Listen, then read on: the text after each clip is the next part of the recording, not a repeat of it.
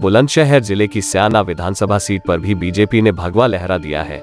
यहां भाजपा के विधायक देवेंद्र सिंह लोढ़ी ने लगातार दूसरी बार रालोद के उम्मीदवार दिलनवाज खान को मात दी है। हालांकि 2017 में दिलनवाज बसपा के उम्मीदवार थे, लेकिन इस बार वे सपा से अपनी किस्मत आजमा रहे थे, लेकिन एक बार फिर उन्हें निराशा हाथ लगी। बीजेपी के लोढ़ी ने 1,48,342 वोट हासिल किए हैं, तो वहीं उन्हें टक्कर दे रहे दिलनवाज को 59,207 वोट ही मिल सके।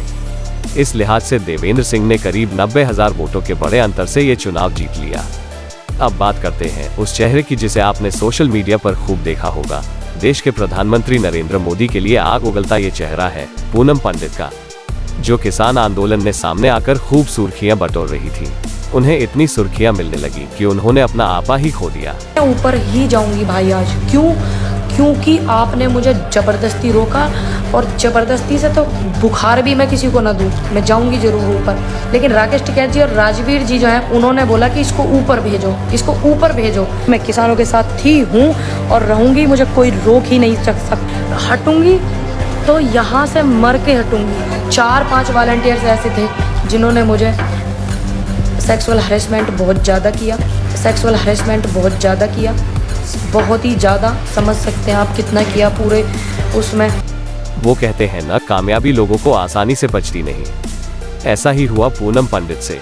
वे जिस किसान आंदोलन से पूरे देश के सोशल मीडिया पर छा रही थी, उसी किसान आंदोलन से बड़े बेइज्जती करते हुए उन्हें निकाल दिया गया। मैं कल एक बहुत मजदूर किसान की बेटी थी, फिर एक इंटरनेशनल शूटर थी, ठीक। उसके बाद मैं पूरे देश की बेटी बनी हूँ। वे रोती रहीं, गिड़गिड़ाती रहीं, लेकिन किसी भी किसान नेता को उन पर तरस नहीं आया। आखिरकार उन्हें राकेश टिकैत की मौजूदगी में किसानों की एक सभा से बाहर फिकवा दिया गया। अब पूनम पंडित को लाइमलाइट में रहने की लत तो लग ही चुकी थी। सोशल मीडिया पर लोग भी उन्हें लाखों की तादाद में देख रहे थे, लिहाजा उन्होंने सोशल मीडिया को ही अपना हथियार बनाने का फैसला कर लिया। वे अक्सर अपनी छोटी छोटी बातें सोशल मीडिया पर शेयर करने लगी। इसी दौरान उन्होंने कांग्रेस भी ज्वाइन कर ली।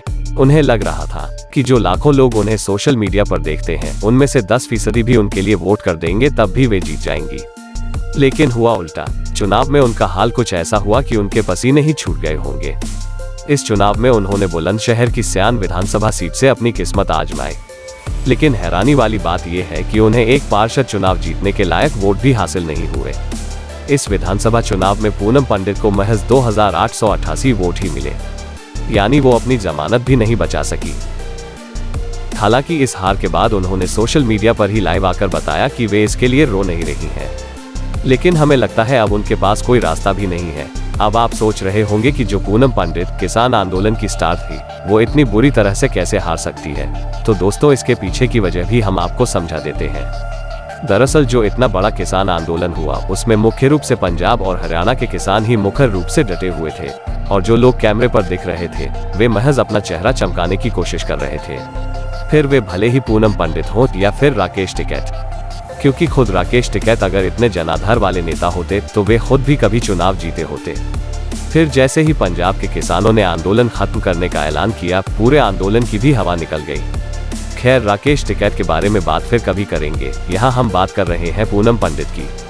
उनकी हार की सबसे बड़ी वजह रही उनकी अपनी गलतफहमी, क्योंकि पूनम पंडित सोशल मीडिया पर तो खूब छाई रही, लेकिन जमीनी हकीकत से बिल्कुल अनजान थी।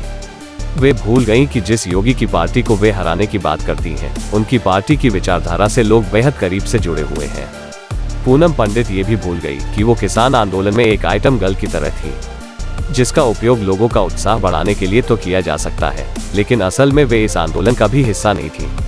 उम्मीद है पूनम पंडित की हार से उन्हें फॉलो करने वाले जरूर कुछ सीखेंगे, साथ ही अपने काम में गंभीरता भी रखेंगे, जैसा पूनम पंडित ने कभी नहीं रखा। पूनम पंडित की हार को लेकर ये तो हमारा नजरिया था। इस पूरे मामले में आपको नजरिया क्या कहता है, कमेंट कर जरूर बताएं। धन्यवाद।